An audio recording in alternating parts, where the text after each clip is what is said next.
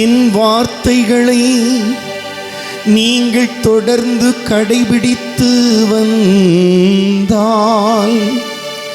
உண்மையில் என் சீடர்களாய் இருப்பீர்கள், உண்மையை அறிந்தவர்களாகியும் இருப்பீர்கள் என்கிறார் ஆண்டவர். அல்லேலூயா அல்லேலூயா அல்லேலூயா அல்லேலூயா.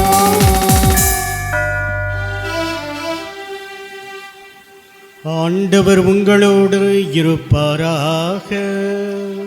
உம் ஆன்மாவோடும் இருப்பாராக. தூய யோவான் எழுதிய நற்செய்தியிலிருந்து வாசகம். ஆண்டவரே மாட்சி உமக்கே. யோவான் நற்செய்தி பிரிவு 14 இறை வார்த்தைகள் 7 முதல் 14 முடிய.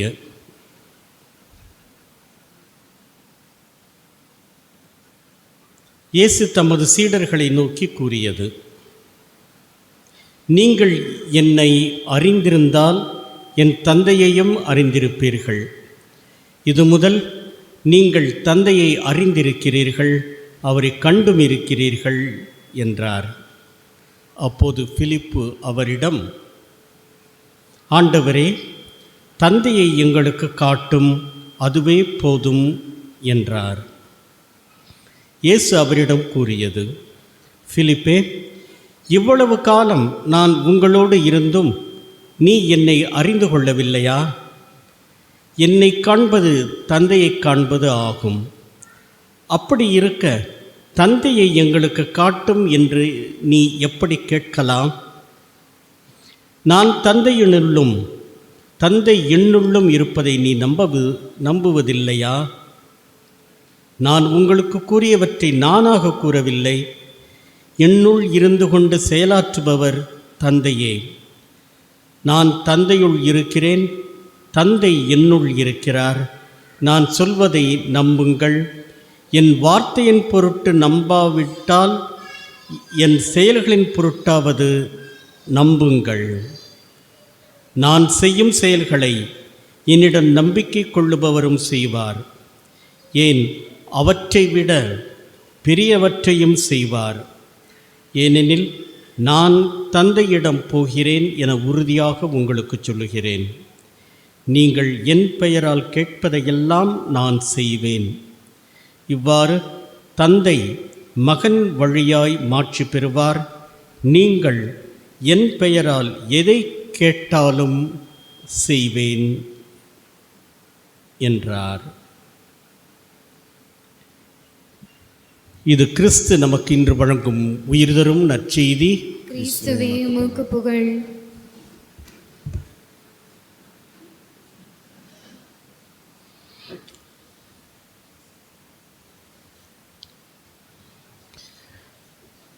கிறிஸ்து இயேசுவில் பிரியமான சகோதரர்களே, சகோதரிகளே, இயேசுனுடைய வார்த்தைகள் விசித்திரமான வார்த்தைகளாக இருக்கின்றன. ஏதோ சும்மா சொல்லிவிட்டு போகணுங்கிற மாதிரி அவர் எதுவும் பேசவில்லை. ஆணித்தரமாக ஒவ்வொன்றையும் அழுத்தம் திருத்தமாக நமக்கு தெளிவுபடுத்துகிறார். நீங்கள் என்னை அறிந்திருந்தால் தந்தையையும் அறிந்திருப்பீர்கள் என்று இன்றைய நற்செய்தி ஆரம்பிக்கிறது. அப்போ தந்தையை புரிந்து கொள்ள வேண்டும் என்றால் இயேசுவை புரிந்து கொள்ள வேண்டும். யோவான் நற்செய்தியிலே 15, 16, 17 அவைகளெல்லாம் வாசித்து பார்த்தோம் என்றால் அதில் எந்த அளவுக்கு இயேசு தனக்கும் தன் தந்தைக்கும் உள்ள ஆழமான அழுத்தமான உறவை வெளியே கொண்டு வருகிறார் என்பதையெல்லாம் பார்க்கலாம். அப்படி இருக்கும் பொழுது அந்த தந்தையோடு நாம் நல்ல உறவை ஏற்படுத்தி கொள்ள வேண்டும் என்றால் இயேசுவோடு நாம் நல்ல உறவை ஏற்படுத்தி கொள்ள வேண்டும். அந்த இயேசுவோடு நாம் நல்ல உறவை ஏற்படுத்தி கொள்ள வேண்டும் என்றால் நம்மோடு வாழ்கின்ற நம் சகோதர சகோதரிகளோடு நல்ல உறவோடு இருக்க வேண்டும். அதனால தான் ஆண்டவர் கட்டளைகளை கொடுக்கின்ற சமயத்திலே வளவளவென்று சொல்லிக்கொண்டு போகாமல் 2 கட்டளைகளில் எல்லாவற்றையும் அடக்கி வைக்கிறார். கடவுளை அன்பு செய்ய வேண்டும் என்று முதலில் இறை அன்பை பற்றி சொல்லுகிறார். அடுத்ததாக எல்லாரையும் அன்பு செய்ய வேண்டும் என்று பிறர் அன்பை பற்றி பேசுகிறார். இந்த 2ம் வாழ்க்கையில் நமக்கு எவ்வளவு முக்கியமானவைகளாக இருக்கின்றன என்பதை நாம் புரிந்து கொள்ள வேண்டும். அன்பு சகோதரர்களே, சகோதரிகளே, இன்றைய வார்த்தைகளை நாம் கேட்கும் பொழுது, கடைசியாக சொல்லும் பொழுது, என்னிடம் நம்பிக்கை கொள்பவரும் எதையும் செய்வார். சொல்லப்போனால் நான் செய்வதை விட இன்னும் அதிகமாக, இன்னும் அழுத்தமான மிகப்பெரிய காரியங்களையும் கூட செய்வதற்கான ஆற்றலையும் அதிகாரத்தையும் கூட அவர் பெற முடியும் என்று இயேசு சொல்லுகின்றார். அந்த அளவுக்கு நம்மோடு உடன் பயணிக்கின்றவராக நம் ஆண்டவர் இயேசு இருக்கிறதை பார்க்கின்றோம். நீங்கள் என் பெயரால் எதை கேட்டாலும் நான் உங்களுக்கு செய்வேன். எவ்வளோ அழகான வார்த்தைகள்! அந்த அளவுக்கு என்னிடம் கேளுங்கள், நான் உங்களுக்கு செவிசாய்ப்பேன், உங்களுக்கு என்ன தேவையோ அதை நான் உணர்ந்திருக்கிறேன், கண்டிப்பாக நான் உங்களுக்கு தருவேன் என்பதை அழுத்தம் திருத்தமாக சொல்லுகின்றார். நாமும் எத்தனையோ விதங்களிலே வேண்டுதல்களை வைத்து கொண்டே இருக்கின்றோம். நம்முடைய வேண்டுதல்களை ஆண்டவன் கேட்க வேண்டும் என்பதற்காக பல திருத்தலங்களுக்கும் கூட சென்று வருகின்றோம். ஆனால் திருத்தலங்களுக்கு சென்று வருகின்ற சமயத்தில் உண்மையிலேயே நாம் எந்த மனநிலையோடு செல்கிறோம், எந்த ஆலயத்திற்கு செல்கின்ற பொழுதும் எந்த மனநிலையோடு செல்கிறோம் என்பதையும் நாம் புரிந்து கொள்ள வேண்டும். நான் எதையாவது கேட்க வேண்டும், எனக்கு அது வேண்டும், இது வேண்டும் என்ற உணர்வுகளோடு நாம் கோயிலுக்குள் செல்கிறோமா, அல்லது இதனால் மற்றவர்களுக்கு ஏதாவது பலன் கிடைக்குமா என்ற உணர்வுகளோடு செல்கிறோமா என்பதையும் சற்று சிந்தித்து பார்க்க வேண்டும். நம்பிக்கையோடு நாம் நமக்கு மட்டுமல்ல பிறருக்காக எதையும் கேட்கும் பொழுது நிச்சயமாக அவற்றை முதலில் ஆண்டவன் நமக்கு தந்தே தீருவார். அது எந்த வழியினாலும் நிச்சயமாக நமக்கு தருவார் என்ற நம்பிக்கையை வளர்த்து கொள்ள வேண்டும். ஒரு ஊரில் ஒரு தாய், அவருடைய மகன் 4ஆம் கிளாஸ் படிச்சுட்ருக்க பையன், இந்த 2 பேர் அந்த ஊரில் இருக்கிறாங்க. அவங்க அப்பா கொஞ்சம் ஒரு சில ஆண்டுகளுக்கு முன்னாலே 2 பேரையும் விட்டுட்டு வேற எங்கேயும் ஓடிட்டார். ஆக இந்த தாயும் 4ஆம் வகுப்பு படித்து கொண்டிருக்கின்ற அந்த மகனும் மட்டும்தான் வாழ்க்கையை ஓட்டி கொண்டிருக்கிறார்கள். அந்த பையன் ஒவ்வொரு நாளும் பள்ளிக்கூடத்திற்கு செல்கின்ற சமயத்தில் எல்லாம் அவர்களுடைய நண்பர்களோடு சேர்ந்து செல்லும் பொழுது வழியிலே தெரு ஓரத்திலே ஒரு பெண், மன வளர்ச்சி குன்றிய ஒரு பெண், பிச்சை எடுத்து தன்னுடைய வாழ்க்கையை ஓட்டி கொண்டிருந்த பெண், கந்தல் ஆடை அணிந்திருந்த அவள் போவோர் வருவோரிடம் கை நீட்டி ஏதாவது உதவி கேட்டு தன்னுடைய வாழ்க்கையை அதிலிருந்து வாழ்ந்து கொண்டிருந்தவள். இந்த பெண்ணை தினமும் பார்க்கின்ற அந்த இளசுகள், மழலை பட்டாளங்கள் தினமும் கல்லை விட்டு எறிவது அல்லது வாழைப்பழத்தோலை எடுத்து அந்த பெண் மீது எரிந்து சிரித்து கொண்டு ஓடுவது, இப்படியெல்லாம் செய்து கொண்டே தான் அவளை கேலி செய்து தகாத வார்த்தைகளையெல்லாம் வசை கூறி அவளை பேசிக்கொண்டு செல்லுவதெல்லாம் வழக்கமாக வைத்திருந்தார்கள். அந்த பெண்ணும் ஒன்றும் அதற்கு பதில் கூறாமல் பொறுமையாக அமைதியாக போய்கொண்டே இருப்பாள். ஒரு காலம் வந்தது. அந்த ஊரிலே ஒரு கடும் பஞ்சம், ஒன்றுமே சாப்பாட்டுக்கு வழி இல்லாத நேரத்திலே இந்த தாயும் மகனும் குடும்பத்தில் வீட்டில் ரேஷன் அரிசி கூட வாங்குறதுக்கு கையில் காசு கிடையாது. அவ்வளவு ஏழ்மையிலே வாழ்ந்து கொண்டிருந்த நேரத்திலே இந்த பையனை பள்ளிக்கூடத்துக்கு போகிறதெல்லாம் பார்க்கவே முடியலையே, இந்த நாட்களில் என்ன ஆச்சுன்னே தெரியலையே அப்படின்னு அந்த பெண்ணு கொஞ்சம் பார்த்துட்டு அங்கெங்கும் பார்த்து கொண்டிருக்க சமயத்தில் ஒரு நாள் சோகமாக அந்த பையன் மட்டும் தனியாக சாலையில் போய் கொண்டிருந்தான். அப்பொழுது அந்த பையனை தன்னிடம் கூப்பிட்டு அந்த பிச்சைக்காரியை தான் சாப்பிடுவதற்காக அன்றைக்கு பிச்சை எடுத்து வைத்திருந்த 3 இட்லி அதை எடுத்து அந்த பையன்ட்ட, தம்பி இங்கே வாடா அப்படின்னு சொல்லி கூப்பிட்டு அந்த பையன்ட்ட அந்த 3 இட்லி அந்த பொட்டணத்தை ஒரு பிளாஸ்டிக் பையில் போட்டு கையில் கொடுத்துட்டு அவள் பாட்டுக்கு போயிட்டான். பசியினுடைய கொடுமை, விரைவாக அந்த இட்லியை எடுத்துக்கொண்டு அந்த பையன் வீட்டுக்கு ஓடுறான். ஓடி போய் தன்னுடைய தாயிடம் கொடுத்து, 2 பேருமாக அவள் ஒரு இட்லி சாப்பிட்டுட்டு தப்பா நீ சாப்பிடுப்பான்னு சொல்லி பிள்ளைக்கு 2 இட்லியை கொடுத்து சாப்பிட வைக்கிறாள். பிறகு அந்த பையன் வந்து கடைக்கு ஏதாவது என்னமாவது வாங்கிக்கிட்டு வருவோம், கீரை ஏதாவது வாங்கிட்டு வருவோம்னு போய் கொண்டிருக்கிற சமயத்தில் அந்த பெண்ணு மறுபடியும் அந்த இடத்துல இருந்தாள். அவள் வந்து அந்த பையனை மறுபடியும் கூப்பிட்டு, என்ன தம்பி, நான் அவருக்கு 3 இட்லி தான் கொடுத்தேன், உங்கள் அம்மாவுக்கு ஒன்றுமே கொடுக்கலையே, சாப்பிட்டா அவங்க அம்மா அப்படின்னு அந்த தாய் அந்த பொண்ணு கேட்குறா. நான் சொன்னேன், நான் ஒரு 2 இட்லி சாப்பிட்டேம்மா, எங்கள் அம்மா வந்து 1 இட்லி சாப்பிட்டாங்க. சரி இந்தா அப்படி சொல்லி கையில் பிச்சை எடுத்து வைத்திருந்த பழங்கள், வாழைப்பழம் 2 பழம் இருந்துச்சு, அதை எடுத்து அதையும் கையில் கொடுத்து, நீ போ அம்மாட்ட போய் கொடு சாப்பிடு அப்படின்ற. பிச்சைக்காரியிடம் பிச்சை எடுத்து சாப்பிடுவதா கேவலமாக அந்த நேரத்தில் தெரியவில்லை. ஏனென்றால் பசியினுடைய கொடுமை அந்த அளவுக்கு. ஆனால் அவர்கள் பசியிலே கஷ்டப்பட்டு கொண்டிருந்த சமயத்தில் கடவுளிடம் கேட்டதெல்லாம், அப்பா, அந்த தாயினுடைய வேண்டுதல், என் பிள்ளையினுடைய வயிற்றுக்கு ஏதாவது கொடுப்பா என்று தான் அந்த தாயினுடைய வேண்டுதல். இந்த சின்ன பையன், நானும் பட்னியாக இருக்கிறேன், எங்கள் அம்மாவும் பட்னியாக இருக்காங்க, இயேசுவே எங்களுக்கு என்னமா சாப்பாடு கிடைக்குமா, அந்த பையனுடைய வேண்டுதல்கள். நீங்கள் எதை கேட்டாலும் தந்தை கொடுப்பார் என்று சொன்னாராய், அது இங்கு தான் நடந்து கொண்டிருக்கிறது.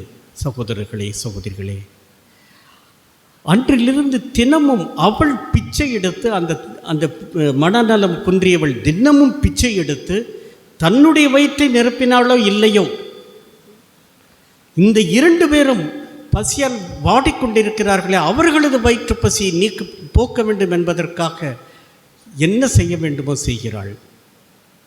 பிச்சை எடுத்துட்டு வந்த சாப்பாட்டை எல்லாம் நேர வீட்டுக்கே அந்த பெண்ணை போய் வாசல் நின்றுக்கிட்டு, அம்மா இதை பாத்திரத்தை கொண்டாங்கம்மான்னு சொல்லி பாத்திரத்தை கேட்டு அதில் சாப்பாடு போட்டு நீங்கள் சாப்பிடுங்கம்மான்னு சொல்லிட்டு நாட்கள் கடந்தன.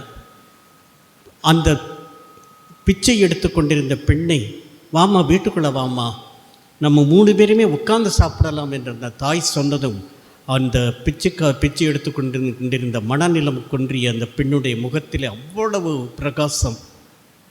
3 பேரும் உறவுகளிலே இணைகிறார்கள். தினமும் அவர்கள் 3 பேரும் பிச்சை எடுத்து அவள் கொண்டு வந்த உணவை எல்லாருமாக பகிர்ந்து சாப்பிடுகிறார்கள். ஏதோ ஒரு விதத்திலே கடவுள் அந்த இடத்திலே ஒரு அற்புதமான செயலை செய்து வைத்திருக்கின்றார். இவ்வாறு நாட்கள் பல கடந்தன. அந்த பையனும் வளர்ந்து படித்து கல்லூரி படிப்பெல்லாம் படித்து குரு மடத்திலே சேர்ந்து இன்று ஒரு இயேசு சபை குருவாக கல்கத்தாவிலே பணியாற்றி கொண்டிருக்கிறார். அந்த குருவானவர் சமீபத்திலே தியானம் செய்ய வந்திருந்த சமயத்திலே இவற்றை என்னிடம் பகிர்ந்து கொண்ட நிகழ்ச்சி இது. ஆக இவற்றையெல்லாம் நினைக்கும் பொழுது, கடவுள் எப்படியோ நமக்கு என்ன தேவையோ அதை கொடுத்து கொண்டே இருக்கின்ற ஒரு கடவுளாகத்தான் நாம் பார்க்கின்றோம். நிச்சயமாக நாம் நம்பிக்கையோடு கடவுளிடம் ஒரு காரியத்தை வைத்து விட்டோம் என்றால், அது பிச்சைக்காரி வழியாகவோ அல்லது மற்றவர்கள் வழியாகவோ நமக்கு கொடுத்து கொண்டே தான் இருக்கின்றார். இப்படி இந்த நிகழ்ச்சியை நான் சிந்தித்து கொண்டிருக்கிற சமயத்தில் என் மனதில் ஓடியது என்னவென்றால், அவள் பிச்சைக்காரி அல்ல,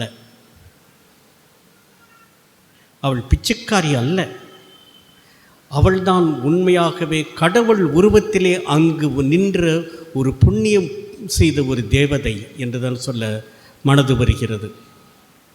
இவர்களும் ஐயோ இந்த பிச்சைக்காரிட்டையா வாங்கி சாப்பிட்றது என்று நினைக்கவில்லை. அவளும் மனுஷிதானே என்று நினைத்தார்களே. அந்த மனுஷத்தன்மையை போற்றிய அந்த தாய்க்கும் அந்த மகனுக்கும் கடவுள் கொடுத்த அற்புதமான கொடைதான் அந்த மகனை ஒரு குருவாக இன்று உயர்த்தி காட்டியிருக்கின்றது. இவற்றையெல்லாம் நினைத்து பார்க்கும் பொழுது, இந்த நற்செய்தியும் முதல் வாசகத்திலே திருத்தூதர்கள் தங்களுடைய பணிகளை செய்து கொண்டிருக்கின்ற நேரத்திலே நடந்த நிகழ்வுகளையும் பார்க்கும் பொழுது ஒன்றாகத்தான் எனக்கு தெரிகிறது. பவுலடிகளாரும் மற்றவர்களும் இயேசுனுடைய வாழ்வுக்கு சான்றாக நின்று நற்செய்தியை பறைசாற்றி கொண்டிருக்கிறார்கள். அவர்களை விரட்டி அடிக்கிறார்கள் யூதர்கள், வெறுப்பு கொண்டவர்கள். ஆனால் எப்படிப்பட்ட சூழல் வந்தாலும் சரி, சீடர்களோ துவண்டு விடவில்லை. தங்கள் மீது கல்லெறி விழுந்தாலும் கூட துவண்டு விடவில்லை. மாறாக அவர்கள் தூய ஆவியினால் ஆட்கொள்ளப்பட்டவர்களாக மகிழ்ச்சியிலே திளைத்திருந்தார்கள் என்று இன்றைய முதல் வாசகம் சொல்லுகிறது. ஆக எப்படிப்பட்ட சூழ்நிலையிலும் நம்மை கடவுள் கைவிட மாட்டார் என்ற அசைக்க முடியாத நம்பிக்கை நம்மிடம் இருக்கும் பொழுது நிச்சயமாக நற்செய்தியானது எல்லா இடங்களிலும் போய் சென்றடையும் என்பதிலே அசைக்க முடியாத நம்பிக்கை எனக்கு உண்டு. நற்செய்தியின் தூதுவர்களாக இவர்கள் மட்டும் இருந்து விடவில்லை. இன்று ஆண்டவர் நம் அனைவருமே நற்செய்தியின் தூதுவர்களாக வாழ வேண்டும் என்று நம் எல்லோருக்குமே அழைப்பு கொடுக்கின்றார். அது ஆண் என்றோ பெண் என்றோ அந்த ஜாதி என்றோ இந்த ஜாதி என்றோ மேல் சாதி என்றோ கீழ்ச்சாதி என்றோ கிடையாது. மாறாக எல்லாரும் என்னுடைய பிள்ளைகள், எல்லாரும் என்னுடைய வார்த்தையை எடுத்துச் செல்வதற்காக அனுப்பப்படுவதற்காகவே, உங்களுக்கு பயிற்சி கொடுப்பதற்காகவே இங்கு வந்திருக்கிறீர்கள் என்பதை ஞாபகத்திலே வைத்துக்கொண்டு உங்கள் வாழ்க்கையை தொடருங்கள். சென்ற இடமெல்லாம் நற்செய்தி இயேசு இப்படியெல்லாம் வாழ்ந்தார் என்று சொல்லக்கூட உங்களால் முடியவில்லை என்றாலும் கூட பரவாயில்லை. மாறாக அவர் எப்படியெல்லாம் வாழ்ந்தார் என்பதை உங்களது வாழ்க்கையிலே நீங்கள் கடைப்பிடித்து காட்டுங்கள். நிச்சயமாக உங்களை பார்ப்பவர்கள் எல்லாரும் இவர்கள் நிச்சயமாக இயேசுவினுடைய சீடர்களாகத்தான் இருக்க முடியும் என்று அவர்கள் கட்டாயம் உங்களை பார்த்து சொல்லுவார்கள். அந்த உணர்வு வரத்தான் செய்யும். சமீபத்தில் ஒரு இந்து சகோதரர் ஒருவர் என்னை சந்திக்க வந்திருந்தார். அவர் என்னிடம் கூறினார், ஃபாதர், நான் உங்கள்கிட்ட ஏதோ ஒரு காசு வாங்கிட்டு போகணும், இல்லாட்டி ஏதாவது உதவி கேட்டு வரணுங்கிறது நாங்கள் வரலை. உங்கள்கிட்ட கொஞ்சம் பேசுகிற போது உங்கள்கிட்ட 4 வார்த்தை நல்ல வார்த்தை சொன்னீங்கன்னா அது எங்களுடைய வாழ்க்கையே மாற்றி போடுகிறது, எங்களுடைய வாழ்க்கைக்கு புது அர்த்தம் கொடுக்கிறது. நான் இயேசுவை கும்பிடுகிறவன் அல்ல, இந்து மதத்தை சேர்ந்தவன் தான். ஆனால் நான் இப்பொழுதும் முழுமையான நம்பிக்கையோடு உங்களிடம் சொல்லுகிறேன் ஃபாதர், எந்த இடத்திலே எங்கெங்கெல்லாம் கிறிஸ்துவ கோயில்கள் இருக்கிறதோ அந்த இடத்திலெல்லாம் நான் நின்று சற்று நேரம் அந்த இயேசுவை பார்த்துவிட்டு, இயேசுவே நீர் விரும்பினால் என்னை தொட்டு குணமாக்கும் என்று ஜெபித்து கொண்டே தான் போவேன் என்று சொல்லுகிறார். ஆக எந்த அளவுக்கு இயேசுனுடைய வாழ்வு அவரை பாதித்திருக்கிறது என்று புரிந்து கொள்ளுங்கள். தந்தையை நம்புகிறவர்கள் என்னை நம்புகிறார்கள், என்னை நம்புகிறவர்கள் தந்தையை நம்புகிறார்கள் என்று சொல்லுகிறதின் அர்த்தத்தையும் இதோடு சேர்த்து வைத்து பாருங்கள். நம்பிக்கையோடு இயேசுவை பற்றி கொண்டோம் என்றால் உண்மையான கடவுள் யார் என்பதையும் நமக்கு வெளிப்படுத்துவார். அந்த கடவுளிடம் வருவதற்கான வழியையும் நமக்கு காட்டுவார். இன்றைய நற்செய்தியுடைய முதல் பகுதியிலே நாம் பார்த்திருக்கலாம், உள்ளம் கலங்க வேண்டாம். யோவான் நற்செய்தி 14:1 முதல் உள்ளதை வாசித்து பாருங்கள். அருமையான பகுதி, இன்றைய வாசகத்திற்கு முந்தைய பகுதி. உள்ளம் கலங்க வேண்டாம், கடவுளிடம் நம்பிக்கை வையுங்கள், என்னிடமும் நம்பிக்கை வையுங்கள். நானே வழியாக இருக்கிறேன், உயிராக இருக்கிறேன், உண்மையாக இருக்கிறேன் என்று சொன்ன ஆண்டவன் எப்படி நம்மை கைவிட்டு விடுவார்? நீர் போகுமிடமே எங்களுக்கு தெரியாமல் இருக்க நாங்கள் எப்படி எங்களுக்கு வழி தெரியும் என்று கேட்ட சீடர்களுக்கு இயேசு என்ன சொல்லுகிறார்? நானே வழியாக இருக்கிறேன். அந்த இயேசுதான் நம்மோடு பயணிக்கிறார். அந்த சகோதரர்களே சகோதரிகளே, நமக்கு தெரியாது இவர்தான் இயேசு என்று நமக்கு தெரியாது. எம்மாவோ சீடர்கள் சென்று கொண்டிருந்தார்கள், இயேசுவும் அவர்களோடு சேர்ந்து பயணித்தார். அவர்களுக்கு தெரியவில்லை இவர் இயேசு என்று. ஆனால் அவரை புரிந்து கொண்டார்கள் அல்லவா? அப்பத்தை பிற்கும் பொழுது இந்த குடும்பத்திலே அவர்கள் அப்பத்துண்டை பிற்கவில்லை, மாறாக இட்லியை பிட்டார்கள். கிடைத்த சோற்றை பகிர்ந்து கொண்டார்கள், பழத்தை பகிர்ந்து கொண்டார்கள். அந்த இடத்திலே இயேசு, உயிர்த்த இயேசு அங்கு இருக்கின்றார். நல்லது காரியங்கள் எந்தது செய்தாலும், சின்ன சின்ன காரியங்களாக இருந்தாலும் கூட அவற்றை செய்யும் பொழுதெல்லாம் நீங்கள் எனக்கே செய்தீர்கள் என்று இயேசு சொல்லவில்லையா? நான் பசியாக இருந்தேன், எனக்கு உணவு கொடுத்தீர்களே. நான் தாகமாக இருந்தேன், எனக்கு குடிக்க தண்ணீர் கொடுத்தீர்களே. நான் ஆடையின்றி இருந்தேன், என்னை உடுத்தினீர்களே. நான் சிறையிலே வாடிக்கொண்டிருந்தேன், என்னை காண வந்து எனக்கு ஆறுதல் கூறினீர்களே.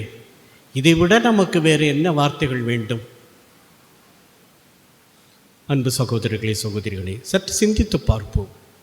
நம்முடைய வாழ்க்கை கடவுளுடைய அன்பிலே ஊறிய வாழ்க்கையாக இருக்கிறதா? அப்படி அன்பிலே ஊறிய வாழ்க்கையாக இருந்தால் நிச்சயமாக பிறரன்பு பணிக்கு நம்மளை இட்டுச் செல்லும். ஒரு அன்னை தெரசா எப்படி தன்னுடைய வாழ்க்கையிலே ஒரு மனமாற்றத்தை கண்டார் என்று கடவுளுடைய வார்த்தையை அவளை அலைக்கழித்து தள்ளி விட்டதோ, ஒரு மடத்திலிருந்து நீ வெளியே போ, வீதியிலே கஷ்டப்பட்டு கொண்டு இருக்கிறேன் நான், என்னை வந்து கவனிக்க நீ வீதிக்கே போ என்று சொன்னாரோ, அவளும் கேட்டாள். வெளியே சென்றார். அங்கு எத்தனை உள்ளங்களை தொட்டார்! நைந்து போன உடல்களை மட்டும் அவள் தொடவில்லை, அவருடைய உள்ளத்தையும் தொட்டார். மகிழ்ச்சியோடு புன்னகையோடு அவர்கள் இறப்பதற்கு வழிகாட்டினார். இதேபோல் எத்தனையோ புனிதர்களுடைய வாழ்க்கையிலே நாம் இது போன்ற நிகழ்ச்சிகளையெல்லாம் சந்தித்து கொண்டே இருக்கின்றோம். அப்படி இருக்கும் பொழுது அவர்களால் மட்டும்தான் இது முடியுமா? நம்மால் முடியாதா? நாமும் இறைப்பணியை ஆற்றத்தானே பிறந்திருக்கிறோம். பிறர் அன்பு பணிதானே இறை அன்பு பணியாக இருக்கிறது என்பதை எப்பொழுது நாம் உணர்ந்து கொண்டோமோ அப்பொழுது நிச்சயமாக இவற்றை எல்லாம் சாதிக்க நமக்கும் சக்தி கிடைக்கிறது. அதை உணர்ந்து கொள்வோம், துணிவோம், இயேசுவுடைய வாழ்வை நமதாக்கி கொள்ளுவோம். நான் அடிக்கடி சொல்லுவேன், நீங்கள் இயேசுவை போல் வாழணுங்க அப்படின்னு அதிகமாக நம்ம பேசுகிறதெல்லாம் கேட்டிருக்கிறோம். இயேசுவை போல் வாழணும். நான் சொல்லுவேன், அடித்து பேசுவேன், நீங்கள் இயேசுவை போலலாம் வாழ வேண்டாம். என்னடா மனுஷன் குண்டை போடுறாருன்னு நினைக்காதீங்க. இங்கே இயேசுவை போல வாழ வேண்டாம், மாறாக இயேசுவாக வாழுங்கள். அவரை போல வேண்டாம், அவராகவே வாழுங்கள்.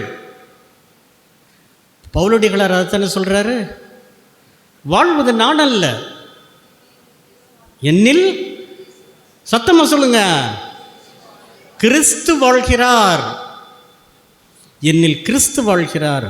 அப்போ வாழ்வது நான் கிடையாது, இது என் வாழ்க்கை இல்லை. என்கிட்ட உடலோடும் உயிரோடும் என்னுடைய இரத்தத்தோடும் இணைந்து இருக்கிறது இயேசுனுடைய வாழ்வு.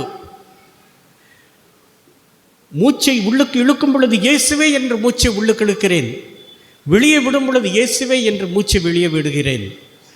ஆக நான் சுவாசிப்பதும் இயேசுவைத்தான். இந்த சுவாசத்தை வெளியே விடும் பொழுதும் என்னிலே வருகின்ற வார்த்தை இயேசுதான். இப்படிப்பட்ட ஒரு வாழ்க்கை எனக்கு கிடைத்து விட்டால் இதுதானே சொர்க்கம், இதுதானே இயேசு நமக்கு சொல்லிக் கொடுத்த இறை அரசு. வாழ்வோம். இறை அரசை இந்த உலகத்திலே முழுமையாக கொண்டு வருவது நம்மால் தான் முடியும். நம் ஒவ்வொருவரும் அதில் நம்மையை இணைத்து கொள்ள வேண்டும். அதற்காக பெரிய படிப்பு வேண்டாம், பட்டம் வேண்டாம், பெரிய பொறுப்புகள் எனக்கு வேண்டாம்.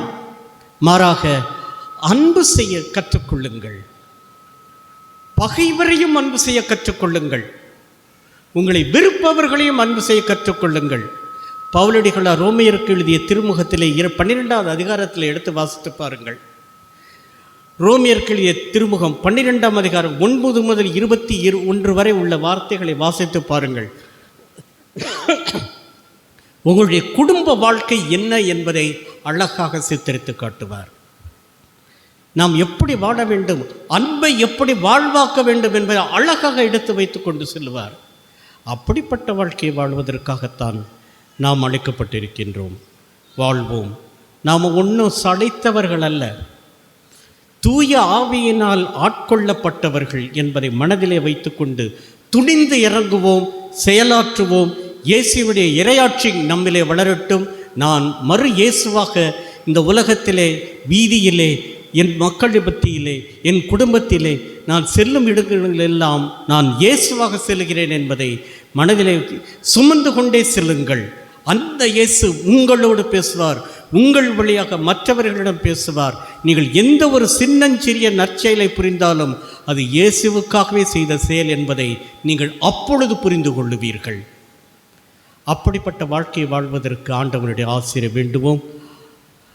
அன்பான சகோதர சகோதரிகளே, வாழ்வது ஒரு சில ஆண்டுகள் தான், குறுகியது தான் நமது வாழ்வு. ஆனால் அந்த குறுகிய வாழ்வை நிறைவானதாக ஆக்க இயேசு ஒருவரால் மட்டுமே முடியும். அதை இப்பொழுது செய்து கொண்டிருக்கிறார். உள்வாங்குவோம், வாழ்வாக்குவோம். ஆமீன்.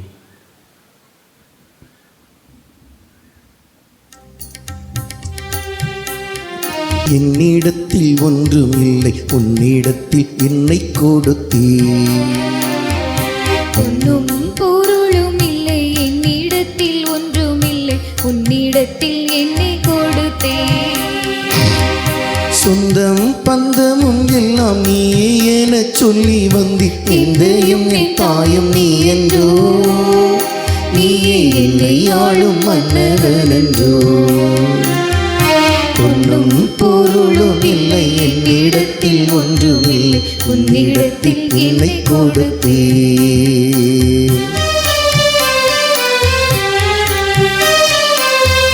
நிலையில்லா உலகினில் நிலைத்து நான் வாழ நிம்மதி இழந்து நின்றேன். வளமில்லா வாழ்வினில் வசந்தங்கள் தேடினான், அளவில்லா பாவம் செய்தேன். எனது இன்னுயிரை பலி என தந்தவரை உனக்கு நான் எதை அளித்தேன்? இன்று உனக்கு நான் என்னை அளித்தேன்.